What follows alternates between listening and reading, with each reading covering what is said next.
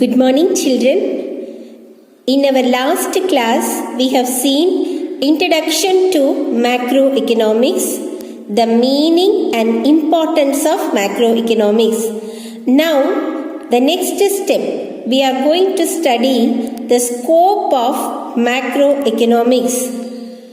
The study of macroeconomics has wide scope and it covers major areas as follows.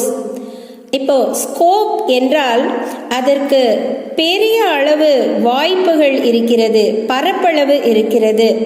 அதாவது macro economics அப்படிங்கிறது ஒரு பெரிய area. அதில் நம்ம நிறைய சப்ஜெக்ட்ஸை அந்த கான்செப்டுக்கு கீழே நம்ம படிக்கலாம். முக்கியமான கீ ஃபேக்டர்ஸ் எல்லாம் இதனுடைய ஸ்கோப்பாக இருக்குது. உதாரணத்திற்கு நேஷ்னல் இன்கம், அது ஒரு பெரிய concept.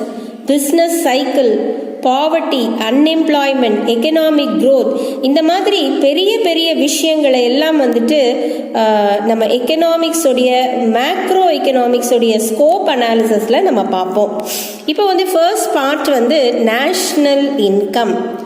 National income, it is a measurement of a nation's income. Okay, national income அப்படின்னா தேசிய வருமானம் பார்க்கலாம்.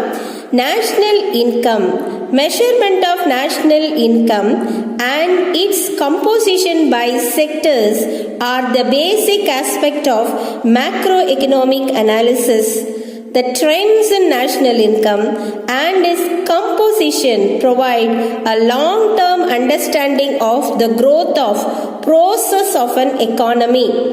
The measurement of national income, national income தேசிய வருமானத்தை எப்படி கணக்கீடு செய்வது, அண்ட் இட்ஸ் காம்போசிஷன் அதை எவ்வாறு ஒருங்கிணைப்பது, by the sector or the basic aspect of macro economics. Okay, national இன்கம்ஸை அந்த செக்டர் வைஸா எப்படி ஒருங்கிணைத்து படிப்பது. And trends in national income, ட்ரெண்ட்ஸ்னா அந்த வளர்ச்சி, அது இன்க்ரீஸ் ஆகிருக்குதா, அது குறைஞ்சிருக்குதா, இதெல்லாம் பார்க்குறது. அண்ட் அந்த ட்ரெண்ட்ஸும் கம்போசிஷன், அந்த ஒருங்கிணைப்பு, இதெல்லாமே ஒரு லாங் டேர்ம் அண்டர்ஸ்டாண்டிங்கை கொடுக்குது. ஒரு நாடு ஒரு வருட காலத்தில் என்ன பண்ணி இருக்கு, அதை எப்படி கண்டுபிடிக்கிறது அப்படின்னு சொன்னால், அந்த தேசிய வருமானத்தில் அதனுடைய இன்க்ரீஸ், பல்வேறு துறைகளில் இருந்து வரக்கூடிய எல்லா வருமானங்களையும் ஒன்றாக இணைத்து, அதான் காம்போசிஷன்.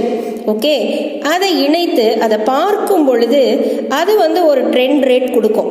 அப்போது அதுலேருந்து நம்ம தெரிஞ்சுக்கலாம் நம்முடைய எக்கானமி ப்ரோக்ரஸாக ஒரு வளர்ச்சிக்கான பாதையில் போயிட்டுருக்கா இல்லை பின்தங்கி இருக்கா, இதெல்லாமே நம்ம பார்க்கலாம். இப்போது ஒரு மனுஷன் ஒருத்தன் என்ன பண்ணுறான் அப்படின்னா, ஒருத்தன் ஒரு வருஷம் ஒரு 10,000 ரூபாய் சம்பளம் வாங்குறான் இல்லையா. அப்போ அந்த ஒரு வருஷத்துக்கான இன்கம் 10,000. இப்போ அடுத்த வருஷம் அவன் என்ன பண்ணுறான், அவன் ஒரு 15,000 அவன் சேலரி போகுதுன்னு வச்சுக்கோங்களேன்.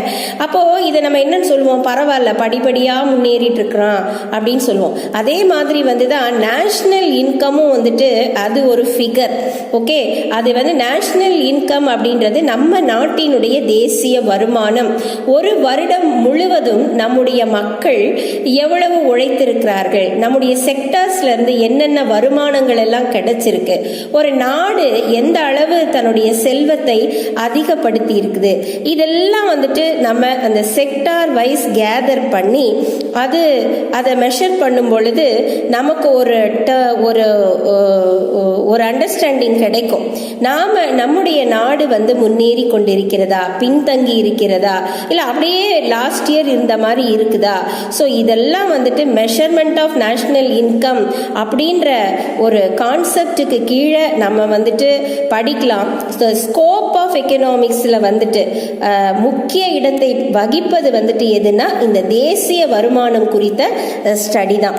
நெக்ஸ்ட் அதே போல் ஒரு முக்கியமான விஷயம் என்ன அப்படின்னா, பெரிய அளவில் பேசப்படுற ஒரு விஷயம் inflation. Inflation refers to steady increase in general price level. So inflation என்றால் என்ன அப்படின்னு சொன்னால், steady increase in the price level. விலையில் வந்துட்டு ஏற்படக்கூடிய அந்த ஸ்டெடி இன்க்ரீஸ், உயர்வு, அதுதான் வந்துட்டு இன்ஃப்ளேஷன்.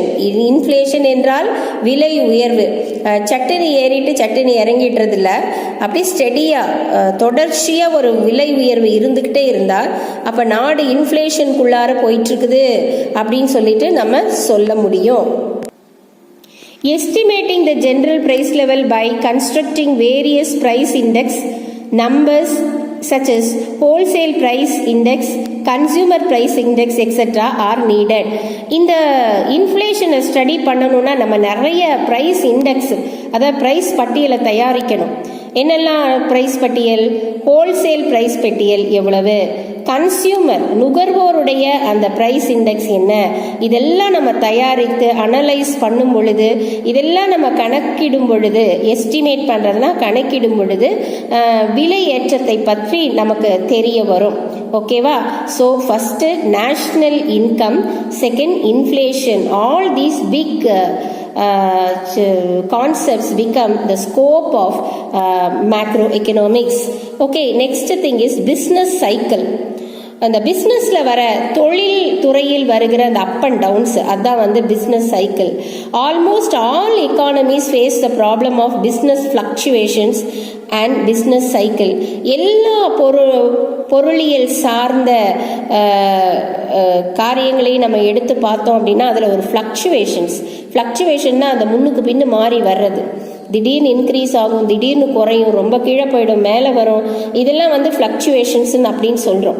ஓகே, த சைக்ளிக்கல் மூமெண்ட்ஸ், எப்போவுமே வந்து பிஸ்னஸை எடுத்து பார்த்தீங்க அப்படின்னா அது ஒரு சைக்ளிக்கல் மூமெண்ட், ஒரு நீள்வட்ட பாதையில் சுழற்றி கொண்டு இருக்கும். முதல்ல வந்து எடுத்துக்குவோம் பூம், அதாவது பிஸ்னஸ் வந்து ரொம்ப நல்லா இருக்கக்கூடிய ஒரு நிலைமை.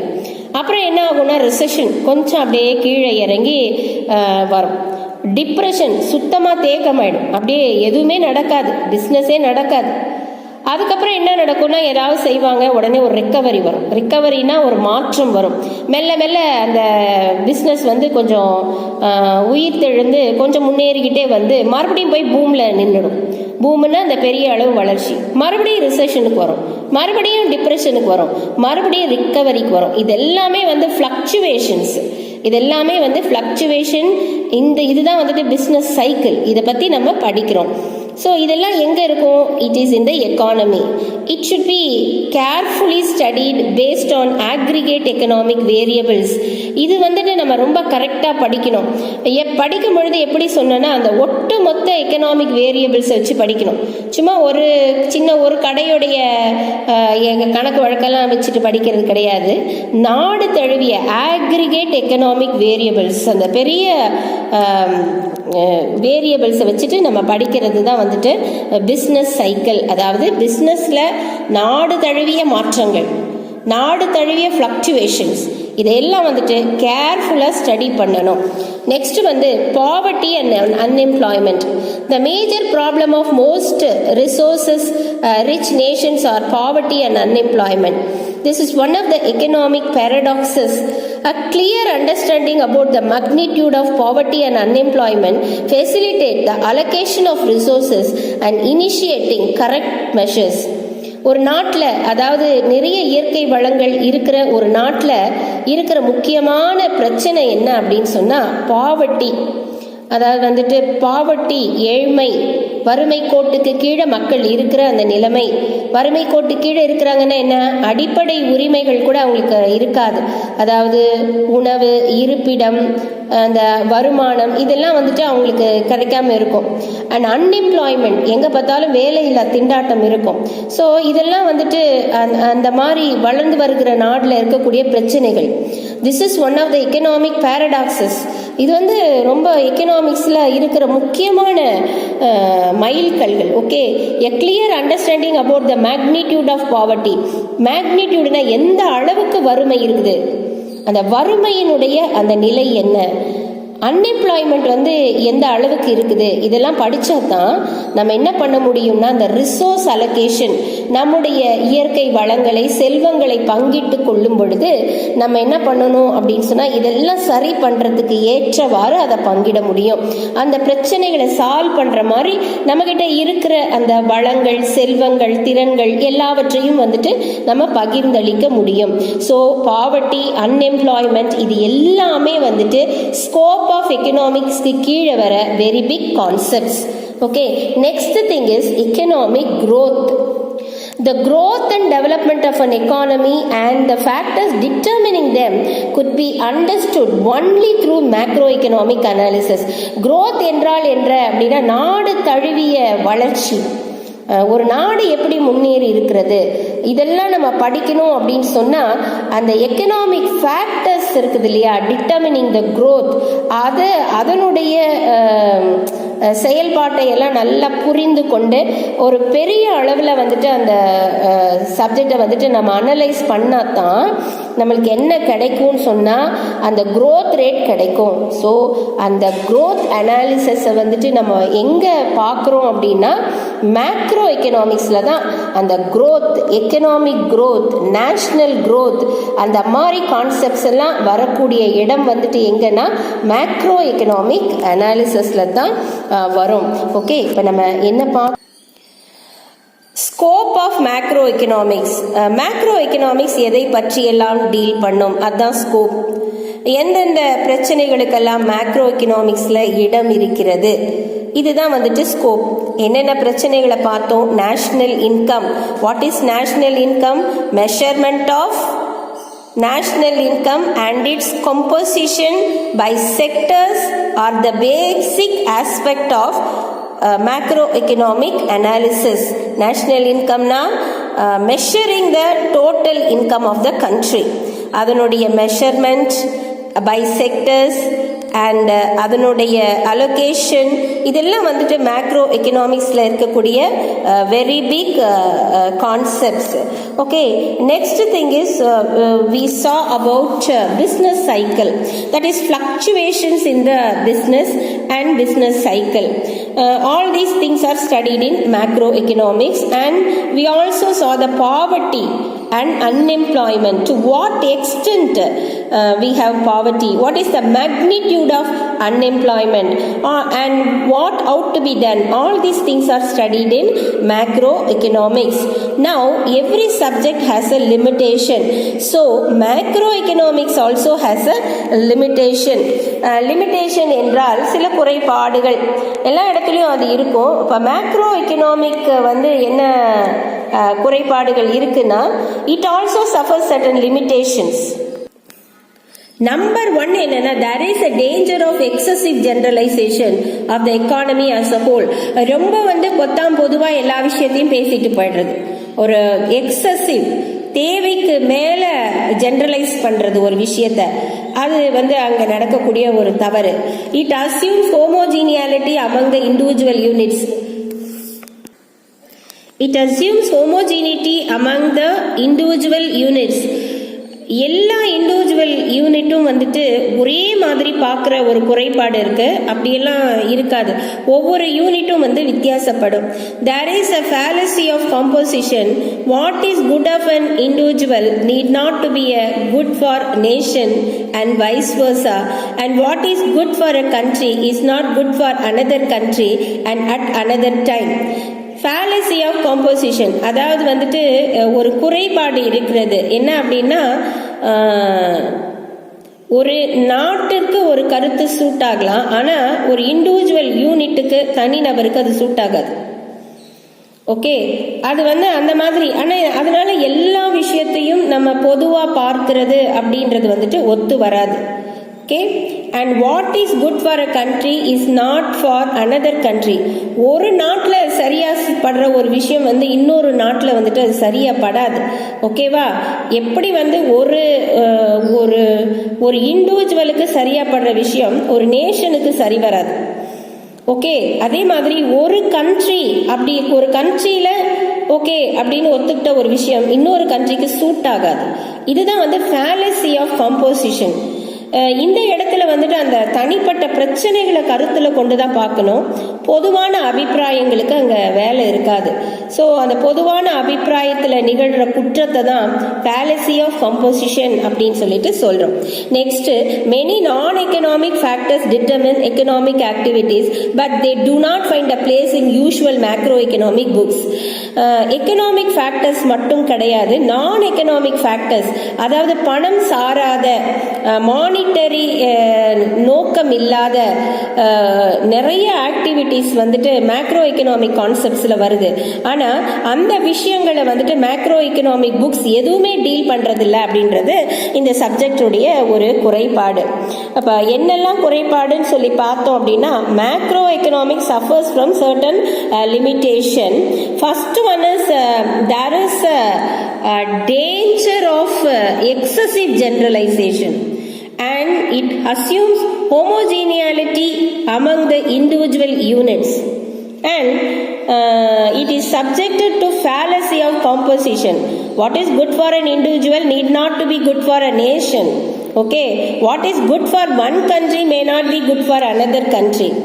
So the macroeconomic books never include non-economic factors which determines the economic activity. So these are the limitations of macroeconomic. Next is subdivision 1.6, economy and its types. பொருளியலும் அதனுடைய வகைகளும். The term economy has been defined by A.J. Brown as a system by which people earn their living. J.R. Hicks defined as an economy is a corporation of producers and workers to make goods and services that satisfy the wants of the consumer. Previously we saw that many people came with many definitions to define economics. Okay, so now J.A. Brown, he is an economist, he says that economics is a system by which people earn their living. Economics என்பது ஒரு system, அதில் வந்துட்டு மக்கள் தங்களுடைய வாழ்வாதாரத்திற்காக சம்பாதிக்கிறார்கள். J.R. Hicks அப்படின்னு இன்னொரு economist, அவர் சொல்றாரு, economy is a corporation of producers. உற்பத்தியாளர்களினுடைய ஒரு கார்பரேஷன் தான் எக்கானமி. அங்கே என்ன நடக்குதுன்னா, workers to make goods and services satisfy the wants of the consumers. நுகர்வோர்களுடைய தேவைகளை பூர்த்தி செய்யும்படி பொருட்களை workers வந்துட்டு உற்பத்தி செய்கிறார்கள். ஸோ நுகர்வோருடைய தேவைகளை மீட் பண்ணக்கூடிய பொருட்களை உற்பத்தி செய்யக்கூடிய ஒர்க்கர்ஸ், வேலை செய்கிற நிறைய ப்ரொடியூசர்ஸ் இருக்கிற ஒரு கார்பரேஷன் தான் எக்கானமி அப்படின்னு சொல்கிறாங்க. In short, an economy is referred to any system or area where economic activities are carried out. ஷார்ட்டாக சொல்லணும் அப்படின்னா, எங்கெல்லாம் எக்கனாமிக் ஆக்டிவிட்டீஸ் நடக்குதோ அதெல்லாம் வந்துட்டு ஒரு எக்கானமி அப்படின்னு சொல்லலாம். Accordingly the functions of activities also vary. The functioning of an economy by its activities is explained in a flow chart. ஆனால் வந்துட்டு இந்த ஃபங்க்ஷன்ஸ் ஆஃப் ஆக்டிவிட்டீஸ், அந்த எக்கனாமிக் ஆக்டிவிட்டீஸில் நிறைய வேரியேஷன்ஸ் எல்லாம் இருக்குது. அது வந்துட்டு நம்ம ஃப்ளோ சார்ட்டில் பார்க்கலாம். இங்கே என்ன சொல்கிறாங்க அப்படின்னா, economy is refer to any system, அது எந்த சிஸ்டம் வேணால் இருக்கலாம், or any area where economic activities are carried out. எந்த இடத்துல பொருளியல் நடவடிக்கைகள் எடுக்கப்படுகிறதோ, அதாவது பொருள் சேர்க்கும் பொருள் ஈட்டுதல் தொடர்பான நடவடிக்கைகள் ஏறெடுக்கப்படுகிறதோ அதெல்லாமே வந்துட்டு நம்ம எக்கானமின்னு சொல்லிடலாம். ஒவ்வொரு பொருளியல் சார் விஷயங்களுக்கும் ஒரு கேரக்டர் இருக்குது. According to the functions and activities, அதனுடைய வேலைப்பாடு, அதனுடைய ஃபங்க்ஷன்ஸ், இதெல்லாம் சம்மந்தப்பட்டது அது. ஓகே, அண்ட் ஸோ இது நம்ம வந்துட்டு ஒரு ஃப்ளோ சார்ட். இந்த ஃப்ளோ சார்ட் 1ல பாருங்க, functioning of an economy based on activities. ஒரு எக்கானமி, ஒரு பொருளியல் தொடர்பான விஷயங்கள் எதில் நடக்குது அப்படின்னா அது தொடர்பான நடவடிக்கைகள் அங்கே இருந்தால்தான் அந்த எக்கானமி வந்துட்டு ஃபங்க்ஷன் ஆகும். Okay, functioning of an economy based on the activities. Okay, economic activities. So ஒரு எக்கானமி ஃபங்க்ஷன் ஆனால் அது க்ரோத்தை நோக்கி பயணிக்கும். அந்த இடத்துல ரெண்டு விதமான ஆக்டிவிட்டீஸ் இருக்கும், production activity and consumption activity. ஒரு பக்கம் வந்து பொருட்களை உற்பத்தி செய்வாங்க, இன்னொரு பக்கம் பொருட்களை வாங்கிட்டு இருப்பாங்க. இதில் வந்து எக்ஸ்சேஞ்ச் ஆக்டிவிட்டின்னு ஒன்று வரும். அதுவும் வந்துட்டு எக்ஸ்சேஞ்ச் என்றால் அதை பணமாற்று ஆக்டிவிட்டீஸு. இது எதை பண்ணோம்னா supporting the economic non economic activities of an economy. இது வந்து இந்த எக்ஸ்சேஞ்ச் ஆக்டிவிட்டி என்ன பண்ணும் அப்படின்னு சொன்னால் சப்போர்ட் பண்ணும், எக்கனாமிக் அண்ட் நான் எக்கனாமிக் ஆக்டிவிட்டீஸை வந்துட்டு சப்போர்ட் பண்ணும். அதே மாதிரி வந்து எக்ஸ்டர்னல் ஆக்டிவிட்டீஸ் அப்படின்னா ஆக்டிவிட்டீஸ் ஆஃப் அதர் எக்கானமிஸ், அதாவது மற்ற நாடுகளில் நடைபெறக்கூடிய பொருளியல் சார்ந்த நடவடிக்கைகள் வந்து நம்முடைய நாட்டில் நடக்கக்கூடிய எக்கனாமிக் ஆக்டிவிட்டீஸை சப்போர்ட் பண்ணும். ஸோ அதன் மூலமாக ஒரு எக்ஸ்சேஞ்ச் ஆக்டிவிட்டி, நம்முடைய பொருட்களை அவங்க கரன்சிக்கு நம்ம எக்ஸ்சேஞ்ச் பண்ணிக்கலாம். ஸோ இந்த விதமான நடவடிக்கைகள் எல்லாம் சேர்ந்து நம்முடைய ரெண்டு விஷயங்கள், ப்ரொடக்டிவ் ஆக்டிவிட்டி, கன்சம்ஷன் ஆக்டிவிட்டி, இது ரெண்டும் நடக்கும். ஒரு பக்கம் வந்துட்டு ப்ரொடக்ஷன் நடக்கும், இன்னொரு பக்கம் கன்சம்ஷன் நடக்கும். இது ரெண்டும் சேர்த்து என்ன பண்ணும், க்ரோத்துக்காக வழிவகுக்கும். ஓகே, அப்போ இதுதான் வந்துட்டு நம்ம என்ன பண்ணுறோம் அப்படின்னா இந்த வளர்ச்சி தான் வந்துட்டு growth of an economy which is based on the activities of the economy. Activities அப்படின்னா என்ன, production and consumption and exchange activity. இது எல்லாமே தான் வந்துட்டு பொருளியல் சார்ந்த நடவடிக்கைகள். இதெல்லாம் எங்கே நடக்குது, ஒரு நாட்டில் நடக்குது. அந்த நாட்டில் இருக்கக்கூடிய பொருளியல் தொடர்பான நடவடிக்கைகள், மற்ற நாட்டிலேருந்து கிடைக்கக்கூடிய இன்ஃப்ளூயன்சஸ், இதெல்லாம் சேர்ந்து தான் வந்துட்டு அந்த க்ரோத்தை வந்து டிட்டர்மின் பண்ணுது. அந்த க்ரோத் தொடர்பான ஆக்டிவிட்டீஸை தான் நம்ம வந்துட்டு என்னன்னு சொல்கிறோன்னா எக்கனாமிக் ஆக்டிவிட்டி அப்படின்னு வந்துட்டு சொல்கிறோம். பாருங்க, in an economy the fundamental economic activities are production and consumption. ஒரு எக்கானமியில் வந்து அடிப்படையான நிகழ்வு என்ன அப்படின்னா ப்ரொடக்ஷன் அண்ட் கன்சம்ஷன், உற்பத்தியும் விற்பனையும் தான். These two activities are supported by several other activities. இந்த ப்ரொடக்ஷனுக்கு பல்வேறு விஷயங்கள் வந்து உதவி செய்கின்றன. அதே மாதிரி வந்து கன்சம்ஷனுக்கும் நிறைய விஷயங்கள் உதவி செய்கின்றன. The ultimate aim of these activities is to achieve growth. இந்த ப்ரொடக்ஷன் கன்சம்ஷனுடைய ஃபைனல் ஸ்டேஜ் என்னன்னா வளர்ச்சியை அடைவது. The exchange activity supports the production and consumption. இந்த எக்ஸ்சேஞ்ச் ஆக்டிவிட்டி நடுவில் ஒன்று வருது இல்லையா, இது என்ன பண்ணுதுன்னா ப்ரொடக்ஷனையும் சப்போர்ட் பண்ணும், கன்சம்ஷனையும் சப்போர்ட் பண்ணும். These activities are influenced by several economic non economic activities. The major economic activities include transportation, banking, advertising, planning, government policies and others. இப்போ இதெல்லாம் நடக்கணும் அப்படின்னா நான் எக்கனாமிக் ஆக்டிவிட்டீஸ் எல்லாம் கூடவே சேர்ந்து நடக்கணும். ஃபார் எக்ஸாம்பிள், ஒரு தொழிற்சாலை நல்லா நடக்கணும் அப்படின்னா அந்த இடத்துக்கு போகிறதுக்கு டிரான்ஸ்போர்ட்டேஷன் இருக்கணும், நல்ல பேங்கிங் ஃபெசிலிட்டிஸ் இருக்கணும், அந்த பொருட்களை குறித்து அட்வர்டைசிங் துறை வந்து நல்லா அட்வர்டைஸ் பண்ணணும், அந்த நிர்வாகத்தில் நல்ல பிளானிங் இருக்கணும், கவர்மெண்ட் பாலிசிஸ் எல்லாம் வந்துட்டு அந்த இண்டஸ்ட்ரிக்கு சாதகமாக இருக்கணும். ஸோ இதெல்லாம் இருந்தால் தான் வந்துட்டு அந்த ப்ரொடக்ஷன் அப்படின்றது தடை இல்லாமல் போகும். The major non economic activities are environment, health, education, entertainment, governance, regulation etcetera. இது மட்டும் இருந்துட்டா போதுமா? நான் எக்கனாமிக் ஆக்டிவிட்டீஸும் வந்துட்டு துணை செய்யணும். ஃபர்ஸ்ட் வந்து சுற்றுச்சூழல், என்விரான்மெண்ட் அவங்களுக்கு சரியாக இருக்கணும்.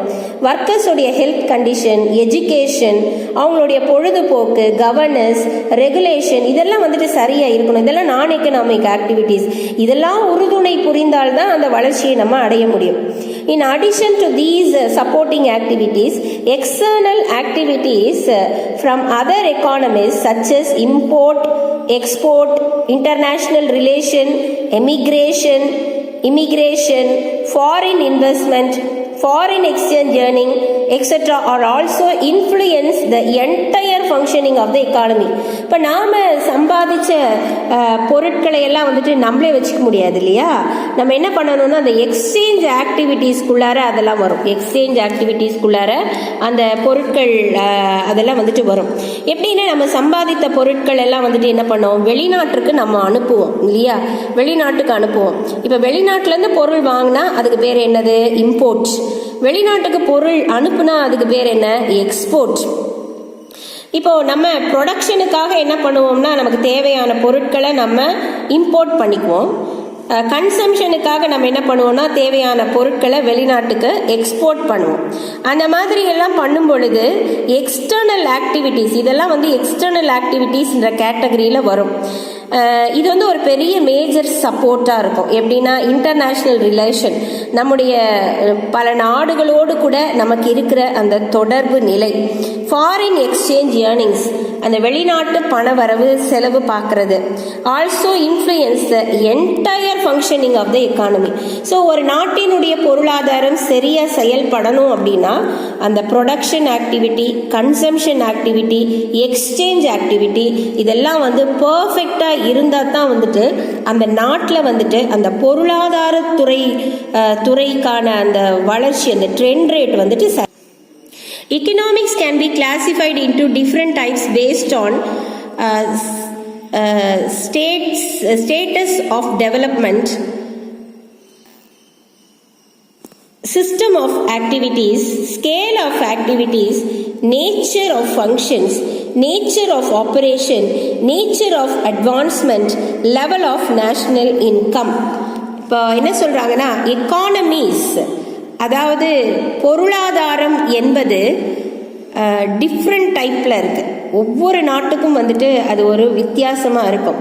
Status of development, whether a country is developed or underdeveloped, undeveloped, developing economy, இதெல்லாம் வந்துட்டு அந்த ஸ்டேட்டஸ் ஆஃப் டெவலப்மெண்ட்டில் நம்ம பார்க்கலாம்.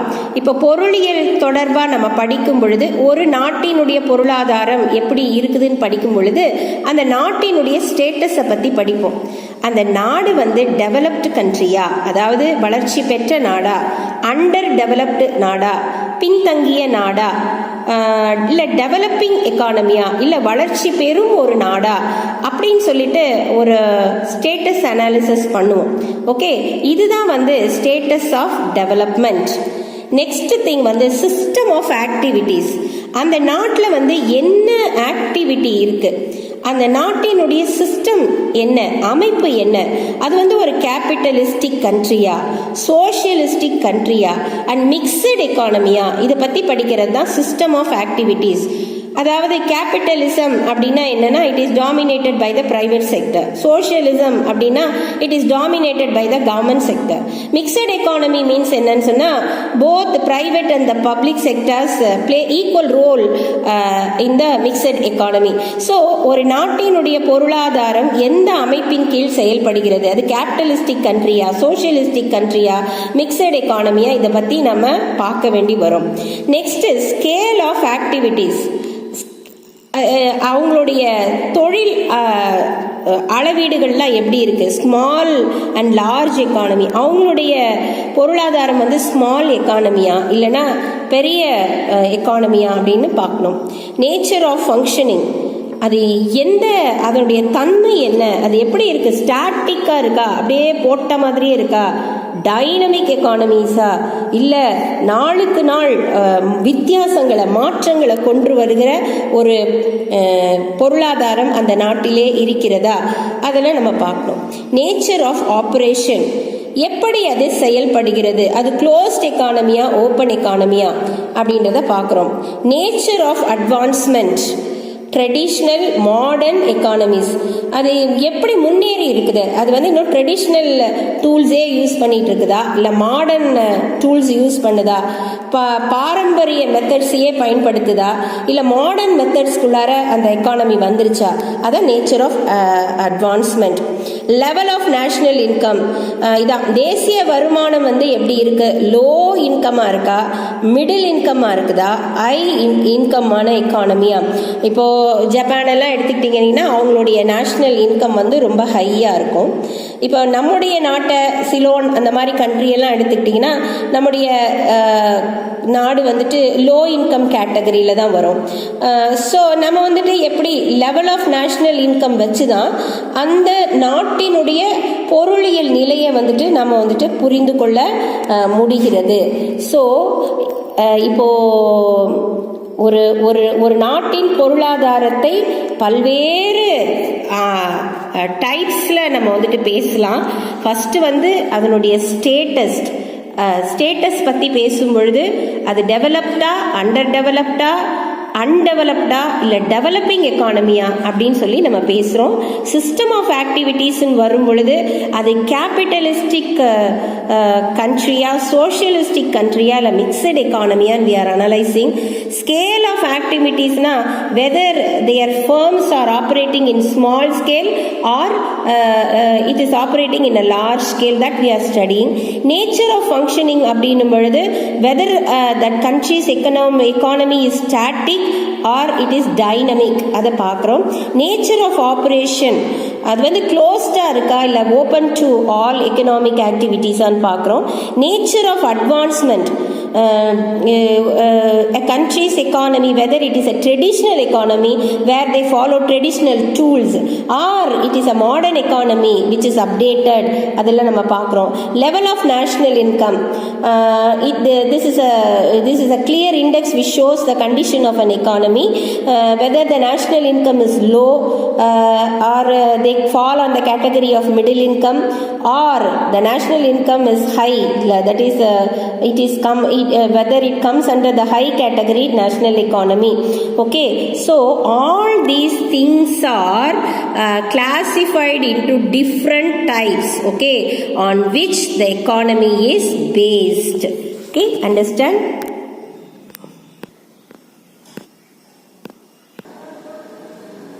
Today children, I wind up here and I'll give you some questions at the back. You please study and peruse a little and come fresh for next topic. Okay, thank you for